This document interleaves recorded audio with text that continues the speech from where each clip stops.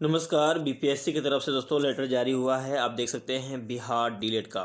दोस्तों, बिहार विद्यालय परीक्षा समिति पटना यानी प्रारंभिक शिक्षा में डिप्लोमा अर्थात डीलेट पाठ्यक्रम के सत्र 2023 से यानी 2023 से 2025 तक नामांकन के लिए डीलेट दोस्तों डीलेट संयुक्त प्रवेश परीक्षा 2023 के आयोजन के संबंध में आवश्यक सूचना निकाली गई। दोस्तों यहाँ पर दोस्तों पूरी तरह से लेटर जारी किया गया है कि आप पूरी तरह से यदि आप चाहते हैं कि डीलेट करें तो आपका फॉर्म पूरी तरह से स्टार्ट हो चुका है। यूपीएससी ने लेटर जारी किया हुआ है। दोस्तों यहाँ पर देखिए, यहाँ पर सभी आरक्षित कोटा के लिए यहाँ पर दोस्तों 5% की छूट की जाएगी। देखिए यहाँ लिखा हुआ लेटर में 5% की छूट की जाएगी। ठीक है।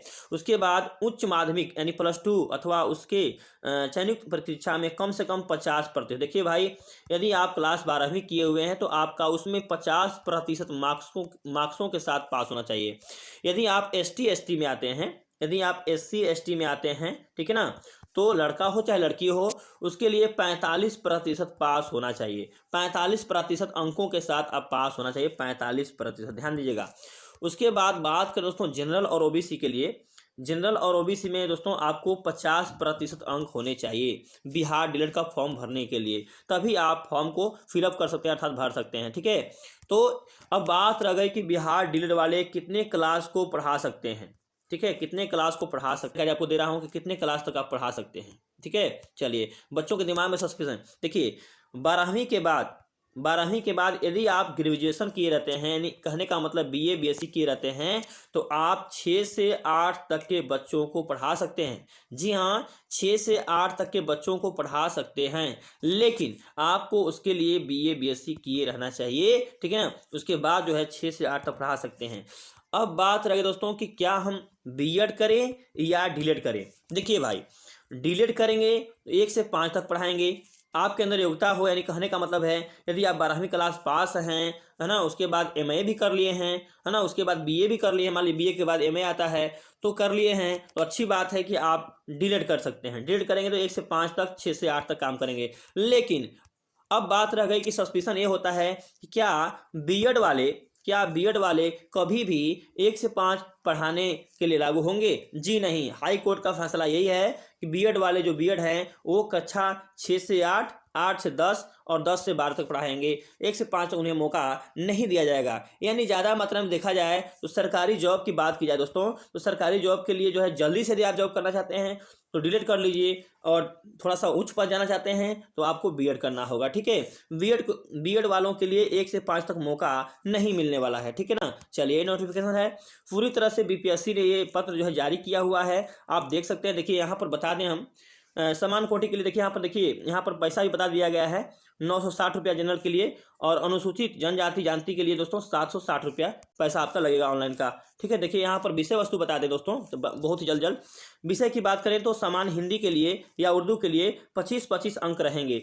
गणित में 25-25 अंक पूछे जाएंगे। सामाजिक विज्ञान में यानी सोशल साइंस में 20-20 अंक रहेंगे। सामान्य अंग्रेजी में 20 अंक रहेंगे। वार्षिक एवं विश्लेषणात्मक क्षमता जो है 10 अंक मिलेगा आपको, यानी टोटल प्रश्न 120 रहेगा। ध्यान रखिएगा, टोटल प्रश्न 120 रहेगा। फॉर्म अप्लाई हो रहा है, आप इंटरेस्ट निकाल करके आराम से जो है डिलीट करिए। उसके बाद 2 साल का कोर्स है, 2 साल के बाद आपका फॉर्म जो है आएगा बहाली का। आपको इसके लिए क्या करना पड़ेगा, इसके लिए आपको स्टेट और सीटेट निकालना होगा। यदि आप सिर्फ और सिर्फ स्टेट निकाल लेते हैं, यानी कहने का मतलब सीटेट निकाल लेते हैं, फिर भी आप बीपीएससी फॉर्म भर सकते हैं। ठीक है ना। चलिए, तो यदि आप 12वीं क्लास कर लेते हैं, उसके बाद आपकी उम्र 17 वर्ष है, तो आप जो है डीएड के फॉर्म भर सकते हैं। ठीक है ना। यदि आप अच्छा से फॉर्म भरिएगा, अच्छे से फिल कीजिएगा तो अच्छी बात है।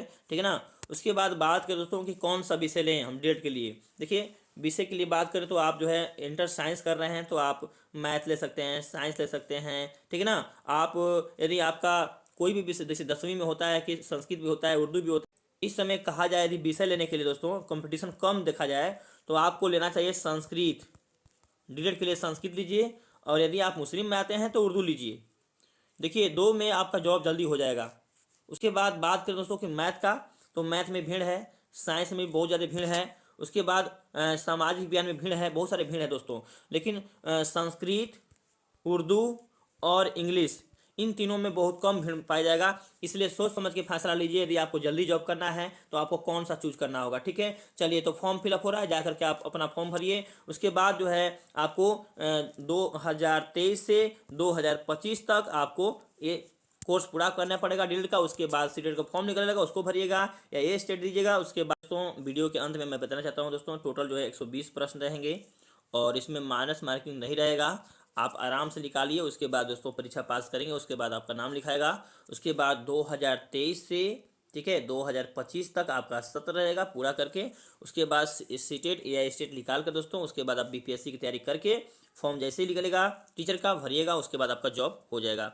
अब दोस्तों बात रही दोस्तों कि किसके लिए मौका ज़्यादा रहेगा। देखिए भाई, गर्ल्स के लिए ज़्यादा मौका रहेगा, लड़कियों के लिए डीएलएड करना बहुत ज़रूरी है।